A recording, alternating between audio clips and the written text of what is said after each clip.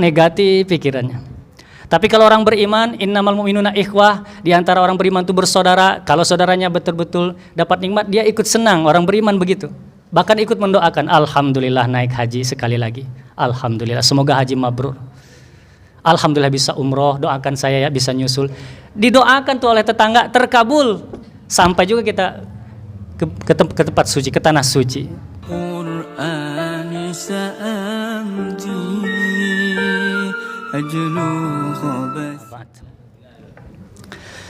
Yang sama kita hormati pengurus Masjid Al-Muhajirin beserta jajaran, imam kita Al-Hafiz Al-Ustadz April Hidayat LC, guru kita di dalam Al-Quran.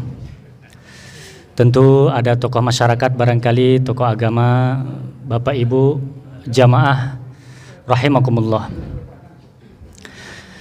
Marilah kita bersyukur kepada Allah Subhanahu wa taala seperti disampaikan pengurus masjid tadi, dengan izin Allah, dengan karunia Allah, rahmatnya, nikmatnya, kita bisa melaksanakan saum Ramadan sampai hari tadi kita berbuka, sudah masuk 20 hari, 20 Ramadan. Adapun malam ini kita malam ke-21. Betapa nikmat iman dan Islam kita rasakan sampai hari ini, nikmat sehat walafiat. Karena itu patut sekali kita bersyukur kepada Allah SWT sebaik-baik syukur dengan mengucapkan alhamdulillah, lalu membuktikannya dengan amal soleh. Karena itu kita berdoa kepada Allah, Bapak Ibu, semua amal puasa kita dari hari pertama sampai hari ini, kemudian amal soleh yang ada di dalamnya, membaca Al-Qur'annya, sedekahnya, tarawihnya, berbakti kepada orang tua, mencari nafkahnya, menuntut ilmunya, pesantrennya dan seterusnya. Semoga semua menjadi amal soleh diterima oleh Allah Subhanahu wa taala. Dan tetap saja kita selalu bermohon ampun kepada Allah setiap waktu, wabil khusus di waktu sahur, karena boleh jadi dalam Ramadan ini iman naik turun, kemudian kadang-kadang mata masih melihat yang tidak patut, telinga mendengar yang tidak pas, lisan masih talongsong, masih kadang-kadang menyakiti tanpa sengaja atau disengaja ya, masih tak terasa gibahin aib orang, tetangga dan seterusnya. Kita bermohon kepada Allah supaya diampuni dan dimaafkan, supaya tidak merusak pahala puasa yang kita kumpulkan. Salat dan salam kepada baginda Nabi Muhammad sallallahu alaihi wasallam. Bapak Ibu, bagi adik-adik khususnya anak-anak kita, kalau mau dikasih tema kita malam ini adalah Al-Qanaa'ah. Al-Qanaa'ah. Bapak Ibu rahimakumullah, kalau ditanya kepada semua manusia pasti menginginkan kebahagiaan. Khususnya bagi seorang muslim, mukmin, pastilah ingin berbahagia, pasti bahagia. Karena itu kita selalu berdoa, hasanah fid dunya, hasanah fil akhirah. Rabbana atina, ya Allah, anugerahkan kepada kami kebaikan-kebaikan, kebahagiaan-kebahagiaan di dunia dan di akhirat. Tapi tidak semua yang tahu apa sebenarnya kebahagiaan yang sejati. Apa yang sebenarnya membuat hati kita bahagia. Ada sebagian tahu tapi tidak mampu untuk menempuh caranya, tidak tahu caranya. Ada yang tahu caranya tapi tidak berusaha mampu untuk menapakinya, menjalaninya. Karena pasti ada rintangan, karena pasti ada cobaan. Nah, Bapak Ibu, Islam sebagai the way of life, minhajul hayah, pedoman hidup, jalan hidup, bukan hanya menunjukkan kita apa sebenarnya bahagia yang kita cari itu, tapi juga menunjukkan jalan terbaik untuk mencapainya.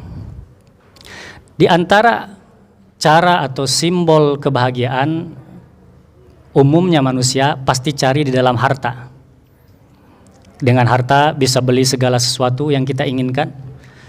Bagi orang beriman, dengan harta bisa beramal soleh dengan hartanya, yang tidak bisa dilakukan oleh orang yang tidak berharta. Berinfak, berzakat, sedekah, wakaf, membangun masjid, musola dan seterusnya. Tetapi Bapak Ibu, bagi seorang beriman lagi berilmu, Allah kasih tahu bahwa ada prioritas, ada yang lebih dahulu kaya sebelum kaya lahir, yaitu kaya hati. Dikasih kaya hati, dikasih merasa cukup sebelum dikasih kaya lahir, kaya harta. Nah, kaya hati itu, kaya batin itu, merasa cukup itu, itulah al-qanaah. Al-qanaah. Artinya ar-ridho. Ridho dengan apa? Ar-ridho bil yasir minal ato. Ridho terhadap pembagian walaupun sedikit. Karena dia tahu dan dia sadar yang bagi-bagi rezeki itu Allah SWT. Kalau ridho kepada sesuatu yang banyak, siapapun pengen ya Bapak Ibu. Kalau dikasih banyak tidak ada yang nolak. Tapi kalau ridho dengan pembagian Allah yang sedikit, itulah al-qanaah. Sebenarnya dia sudah kaya. Itulah sumber kebahagiaan. Menurut Ibnu Sunni, al-qanaah adalah ar-ridho bil qism. Rela ridho dengan pembagian. Kalau bahasa kita dengan jatah. Jatah rezeki, jatah pekerjaan. Ridho dengan pembagian Allah tersebut. Masing-masing kita dibagi. Mungkin umurnya sama, tapi petak rezekinya beda, petak pekerjaannya beda, jatahnya beda. Dan itu kemahaadilan Allah SWT kepada kita. Pasti yang terbaik untuk kita. Kata Al-Munawi, al-qanaah adalah al-iqtisar alal kafaf, merasa cukup dengan yang sedikit. Kalau tadi bahasanya ridho dengan yang sedikit, kalau beliau membahasakan merasa cukup dengan yang sedikit. Sedikit kalau disyukuri menjadi berkah dan terasa cukup. Itulah orang yang punya sifat qanaah. Bapak Ibu rahimakumullah, mari kita lihat dalilnya atau hadisnya. Dari Abu Hurairah radhiyallahu an. Ini dalam hadis Muslim nomor 2963. Bisa juga Bapak Ibu temukan dalam Kitabul Jami', kitabnya Bulughul Maram karya Ibnu Hajar Al-Asqalani dalam bab Al-Adab. Rasulullah SAW bersabda, "Unduru ila man huwa asfala minkum, wala tanzuru ila man huwa fawqakum, fahuwa ajdaru alla tazdaru ni'matallahi alaikum." Pandanglah orang yang berada di bawahmu dalam masalah dunia. Jangan pandang orang yang berada di atasmu dalam masalah ini. Itulah yang lebih pantas bagi kamu. Dengan demikian, kamu tidak akan meremehkan nikmat yang Allah anugerahkan kepada kamu. Au kama qala Rasulullah SAW. Bapak Ibu, faedah daripada hadis ini, kalau kita renungkan, kalau kita amalkan, kita nikmati sifat qanaah ini. Yang pertama, kita akan menjalani hidup dengan tenang, dengan ringan, dengan damai, dengan lapang. Karena hatinya penuh syukur, penuh ridha, menikmati apa yang halal diberikan Allah kepadanya. Pasti begitu. Orang yang serba syukur, serba nerima, serba penuh dengan keikhlasan, penuh ketawakalan kepada Allah, pasti hidupnya lapang. Inilah yang pertama dirasakan oleh orang yang memiliki sifat qanaah, hatinya bahagia, hatinya puas. Yang kedua, seperti dalam bunyi hadis, kalau urusan dunia, maka marilah kita lihat ke bawah, Bapak Ibu. Agar kita menjadi pribadi yang bersyukur atas nikmat Allah yang sangat besar. Tetapi sebaliknya, kalau urusan akhirat, mari kita lihat yang di atas kita. Karena dengan itu ada dua faedahnya. Yang pertama, kita akan bersemangat untuk fastabiqul khairat. Yang kedua, kita akan menjadikan orang tersebut menjadi teladan kita untuk kita contoh kebaikannya. Karena akhirat yang lebih patut dan lebih layak kita kejar daripada dunia. Kenapa? Dunia sementara dan akan kita tinggalkan. Akhirat selamanya dan akan kita temui. Dan dia kekal selama-lamanya. Sebagaimana Bapak Ibu, sebentar lagi kita akan rame-rame pulang kampung. Betul apa betul Bapak Ibu? Betul ya? Ada yang kampungnya dekat, ada yang jauh, luar biasa persiapannya.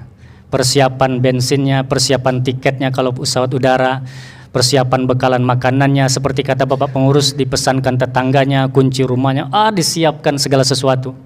Tapi kira-kira bagaimana persiapan kita untuk akhirat? Bapak Ibu, yang ketiga, faedah daripada hadis ini adalah kalau orang selalu melihat dunia di atasnya, kira-kira dia dapat mendapatkan 3 kesulitan, 3 kesusahan. Yang pertama, orang yang selalu memandang urusan dunia di atasnya, yang pertama dia akan meremehkan nikmat Allah kepadanya. Padahal Allah kasih nikmat yang besar kepada dia, tapi dia tidak syukuri, tidak sadar betapa besar nikmat Allah kepadanya. Yang kedua, kalau orang selalu melihat urusan dunia di atasnya, maka dia akan selalu capek, letih, lesu, lelah, capek secapek-capeknya karena dunia tidak ada habisnya. Kalau mempertaruhkan hawa nafsu dan cinta dunia. Yang ketiga, kalau orang selalu melihat dunia di atasnya, akan timbul rasa hasad pada dirinya terhadap nikmat yang Allah berikan kepadanya. Bapak Ibu rahimakumullah, karena itu sekurangnya pada kesempatan yang singkat ini ada 4 keberuntungan atau ada 4 manfaat bagi orang yang memiliki sifat qanaah. Belajar qanaah, selalu berjuang untuk memiliki sifat qanaah. Yang pertama Bapak Ibu, orang yang memiliki sifat qanaah akan akan menjadikan dia seolah-olah mendapatkan dunia dan seisinya. Dalilnya Rasulullah SAW bersabda dari Ubaidillah bin Mishhan Al-Ansari. Hadis ini hadis hasan dari Imam Tirmizi 2346, Ibnu Majah 4141. Man asbaha minkum aminan fi sirbihi mu'afan fi jasadihi indahu quwwatun yaumihi faka'annaha hizat lahud dunya. Barang siapa di antara kamu, di antara kalian mendapatkan rasa aman di rumahnya, dirinya aman, keluarganya aman, masyarakatnya aman, tetangga, RT, rukun tetangga, rukun warga aman. Barang siapa diberikan kesehatan badan dan siapa yang diberikan makanan pokok yang cukup pada hari itu, seolah-olah dunia terkumpul padanya hari itu. Kira-kira apa lagi yang mau kita keluhkan Bapak Ibu? Fabi ayyi ala rabbikuma tukadziban. Bukankah rasa aman itu yang kita nikmati setiap hari dan itu yang kita cari-cari? Mungkin tidak terlalu terasa nikmat aman ini. Coba kita lihat di televisi bagaimana Palestina sana, bagaimana negeri konflik. Di rumahnya merasa was-was karena setiap hari ada bom dan lain sebagainya, atau di suatu kampung yang terkenal ada malingnya, ada rampoknya, kita tidak tidur nyenyak, makan tidak enak. Sedangkan kita nikmat bisa tertawa, anak-anak kita bisa riang gembira, main di luar, tarawihnya bisa berdagang di depan sana, kita nikmat ibadah. Bukankah ini nikmat yang besar kepada kita? Allah kasih anugerah kepada jamaah al-muhajirin, rasa aman. Tidak ada yang merasa terancam. Alhamdulillah, ini nikmat besar kepada kita. Yang kedua, dikasih nikmat sehat badan. Dengan nikmat sehat badan lahir nikmat-nikmat lainnya. Bukankah dengan nikmat sehat badan makan jadi lama? Betul Bapak Ibu? Dengan nikmat sehat tidur jadi nyenyak. Dengan nikmat sehat mota pun lama. Dengan nikmat sehat, nikmat akan. Coba bayangkan Bapak Ibu sekalian, ketika kita berbuka puasa yang sudah kita tunggu-tunggu sejak siang hari, ternyata sariawan kita. Bagaimana rasa perbukaan kita? Atau Bapak Ibu tidak mungkin duduk lama-lama di sini kalau di bawahnya ada bisul. Itu contoh sederhana, sakit-sakit yang sederhana, tetapi kalau dikasih kepada kita kurang nikmat. Bersyukur Bapak Ibu dikasih nikmat sehat. Yang ketiga, dikasih makanan pokok Bapak Ibu. Nikmat sekali kita berbuka puasa maghrib tadi, bukan? Kemudian masih juga kita menikmati sahur, ada rezeki, ada makanan pokok untuk sahur. Bahkan untuk besok kita bisa request, kata bapaknya, Bu besok makan ininya Bu. Nak, kata anaknya kepada ibunya, Umi besok request ini. Masya Allah, tabarakallah, nikmat apa lagi yang akan kita dustakan? Kalau ada 3 ini, kata Nabi dalam hadis ini, sebenarnya seolah-olah dunia sudah terkumpul pada dirinya. Mau protes apa lagi? Bagaimana masih kita berkeluh kesah atas nikmat Allah SWT yang diberikan kepada kita? Sungguh terlalu. Fabi ayyi ala rabbikuma tukadziban. Nikmat mana lagi yang akan kita dustakan? Yang kedua Bapak Ibu, orang yang memiliki sifat qanaah akan menjadi orang yang beruntung. Sebagaimana sabda Nabi, hadis Muslim nomor 1054, qad aflaha man aslama wa ruziqa kafafan wa qana'ahullahu bima atah. Sungguh sangat beruntung orang yang telah masuk Islam. Hidayatul Islam, nikmat tak terbeli, nikmat yang sangat berharga. Yang kedua, diberikan rezeki yang cukup dan Allah mengkaruniakannya sifat qanaah, merasa puas, merasa cukup dengan apa yang Allah bagikan. Yang ketiga, siapa yang memiliki sifat qanaah, dia akan terjauh dari sifat hasad. Kalau bahasa kitanya SMS, susah melihat orang senang, senang melihat orang susah. Ini orang manusia paling sengsara di dunia. Kenapa? Orang yang dihasadin enak aja makannya tuh, dia kok kurang selera. Orang yang dihasadin tidurnya nyenyak, kok dia nggak bisa tidur. Orang yang dihasadin gemuk-gemuk aja tuh dia kok kurus kerontang. Karena hari-harinya habis mikirin orang, habis dengki kepada nikmat orang. Dapat motor baru paling kredit, rumah baru maksain amat, negatif pikirannya. Tapi kalau orang beriman, innamal mu'minuna ikhwah, di antara orang beriman itu bersaudara. Kalau saudaranya betul-betul dapat nikmat, dia ikut senang. Orang beriman begitu. Bahkan ikut mendoakan, alhamdulillah naik haji sekali lagi. Alhamdulillah, semoga haji mabrur. Alhamdulillah bisa umroh, doakan saya ya bisa nyusul. Didoakan tuh oleh tetangga, terkabul. Sampai juga kita ke tempat suci, ke tanah suci. Orang baik itu in ahsantum li anfusikum. Kalau orang baik itu kembali pada dia. Selamanya beruntung orang yang berpikir positif. Seperti cermin, apa yang kita lontarkan akan kembali kepada kita. Apa yang kita lihat akan kembali kepada kita. Begitulah Bapak Ibu. Bahkan orang yang bersih dari hasad ini adalah sudah cukup mengantarkannya menjadi calon penghuni surga. Dalam suatu riwayat yang panjang diceritakan oleh Anas bin Malik radhiyallahu an, bahwa suatu ketika Rasulullah dan para sahabat sedang duduk berkumpul seperti ini Bapak Ibu. Majelis mulia Rasulullah berserta para sahabat. Lalu saat bermajelis tersebut tiba-tiba Rasulullah mengatakan, akan datang kepada kalian calon penghuni surga. Kalau bahasa kita sekarang bakal calon atau kandidat penghuni surga. Lalu para sahabat tentu merasa GR ya, tengok kiri kanan. Ternyata yang dimaksud Rasulullah orang yang baru datang ini, jamaah yang baru datang. Ternyata dari salah satu penduduk Ansor, kaum Ansor, dengan jenggot yang masih basah dan menenteng sendal seperti salah satu jamaah seperti itu datang. Besoknya lagi majelis yang sama, Rasul bilang lagi akan datang calon penghuni surga. Dilihat masih orang yang sama dengan keadaan yang sama, masih berjenggot basah, artinya habis wudhu, kemudian tenteng sendalnya menyimpan pada tempatnya. Yang ketiga besok masih dengan perkataan yang sama, orang yang sama, sehingga para sahabat merasa penasaran. Ini siapa, orang nggak terlalu dikenal, biasa saja, nggak terlalu masyhur. Kalau sahabat dikenal dan seterusnya, kesolehannya, kemasyhurannya, ini siapa? Penasaran para sahabat diwakili oleh yang meriwayatkan hadis ini, Abdullah bin Amr bin As, anaknya Amr bin As. Lalu minta izin singkat cerita kepada orang Ansor tersebut dengan cari-cari alasan supaya diberikan penginapan 3 malam, 3 hari. Dalam Islam Bapak Ibu kalau menginap ke tetangga tidak boleh lebih dari 3 malam. Karena kalau lebih kasihan tuan rumah. Zolim. Ya. Karena udah gitu 3 hari, hari pertama dilihat biasa aja amal solehnya. Hari kedua kok nggak ada yang istimewa, biasa saja dibanding para sahabat. Yang ketiga kok nggak banyak amalannya. Apa sih sebenarnya yang membuat dia dijuluki calon penghuni surga? Akhirnya pada hari ketiga terakhir pamitlah. Pas mau pamit menyampaikanlah maksud dan tujuan. Sebenarnya saya ini penasaran, engkau dikatakan Rasul calon penghuni surga, bagaimana bisa? Sementara aku melihat kamu tidak ada amalan yang istimewa, bahkan sedikit beramal. Karena Bapak Ibu dijelaskan dalam hadis tersebut, beliau tidak bangun malam seperti para sahabat yang lain, artinya qiyamul lail. Cukup yang wajib dikerjakan, tidur dari Isya itu sampai subuh, sekali-kali bangun tapi zikir, berkata-kata dalam 3 hari itu tidak berkata kecuali baik-baik. Maka apa sih amalan kamu ya saudaraku sehingga Rasul mengatakan kamu calon penghuni surga? Apa kata pemuda Ansor tadi? Aku seperti apa yang kamu lihat, amalanku tidak kurang tidak lebih seperti yang kamu saksikan. Namun barangkali aku selalu membersihkan hatiku dari rasa dendam kepada saudaraku, memaafkan kesalahan-kesalahan saudaraku, dan aku membersihkan hatiku selalu daripada hasad terhadap nikmat yang Allah berikan kepada saudaraku. Apa kata Abdullah bin Amr bin As? Inilah dia. Inilah yang menjadikan kamu sebagai calon penghuni surga yang kami sulit menyainginya atau kami sulit mencontohnya.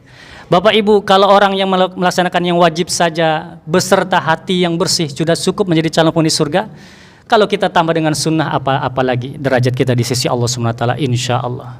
Bapak Ibu, hati yang bersih ini berat sekali timbangannya di sisi Allah SWT. Ini amalan hati, inilah akhlak. Sebagaimana Nabi diutus untuk menyempurnakan akhlak. Di antara akhlak itu ada rupa batin, ada rupa zahir. Rupa batin itu adalah salah satunya al-qanaah, merasa cukup. Selain ikhlas, selain sabar, selain syukur. Ini amalan hati yang berat timbangannya di sisi Allah SWT. Orang yang bersih hatinya sudah cukup menjadikannya calon penghuni surga tanpa meninggalkan yang wajib. Apalagi menghidupkan sunnah-sunnah. Yang terakhir Bapak Ibu, keuntungan orang yang mendapatkan atau menjalankan sifat qanaah adalah dia akan terbebas daripada salah satu permasalahan dunia yang banyak orang lakukan atau orang terjebak di dalamnya. Apa itu? Terlilit hutang. Kenapa? Karena orang qanaah itu tidak neko-neko, tidak muluk-muluk. Dia apa yang dikasih alhamdulillah, dia berusaha berikhtiar, apa rezekinya dia nikmati. Tidak perlu ngutang sana ngutang sini demi gengsi, tidak perlu kredit sana kredit sini karena ingin dikatakan ini, ingin sama dengan yang lain dan seterusnya. Tidak akan pernah ada habisnya. Orang qanaah mensyukuri nikmat yang Allah berikan, pembagian yang Allah kasih, jatah rezeki yang Allah kasih tidak mungkin tertukar. Bagaimana caranya kita mensiasati dengan segala cara, kalau bukan rezeki kita nggak akan sampai. Sebaliknya kalau sudah rezeki kita, bagaimanapun orang yang zalim, ada yang jahil, ada yang orang yang licik-picik, pasti sampai juga kepada kita dengan keyakinan kita, akidah kita kepada Allah SWT. Karena itu tidak usah risau Bapak Ibu sekalian, kalau sudah rezeki, wa may yattaqillaha yaj'al lahu makhraja wa yarzuqhu min haitsu la yahtasib. Tentu sebagai penutup mari kita berdoa kepada Allah, semoga kita mendapatkan fadilah keutamaan daripada sifat qanaah ini. Allahumma inna nas'alukal huda wattuqa wal afafa wal ghina. Ya Allah, anugerahkan kepada kami jamaah kaum muslimin al muhajirin semuanya tanpa terkecuali adalah petunjuk daripada ilmu dan amal. Ya Allah, anugerahkan kepada kami sifat takwa yang kita cari-cari dalam puasa ini. Ya Allah, anugerahkan kepada kami sifat afaf, iffah, menjaga dari yang haram, menjaga dari yang syubhat, yang makruh, yang halal saja kita jaga Bapak Ibu. Bukankah makan dan minum itu halal? Tapi puasa mengajarkan kita yang halal pun dijaga. Bukankah hubungan suami istri itu halal? Tapi di saat puasa siang hari tidak boleh yang halal saja dijaga, apalagi yang haram, apalagi yang lain sebagainya dilarang oleh Allah SWT. Ya Allah, inna nas'aluka, Allahumma inna nas'aluka al-ghina. Ya Allah, anugerahkan kepada kami sifat merasa cukup, merasa puas dengan apa yang Engkau berikan. Bapak Ibu, semoga kita semua Allah jadikan orang-orang yang pandai bersyukur atas nikmat Allah SWT. Semoga kita semua istiqomah sampai Lebaran Idul Fitri, insya Allah mendapatkan predikat takwa, kembali bersih seperti bayi yang baru lahir. Amin ya rabbal alamin. Subhanakallahumma wabihamdika nasyhadu an la ilaha illa anta nastaghfiruka wa natubu ilaik. Mohon maaf lahir batin Bapak Ibu. Assalamualaikum warahmatullahi wabarakatuh.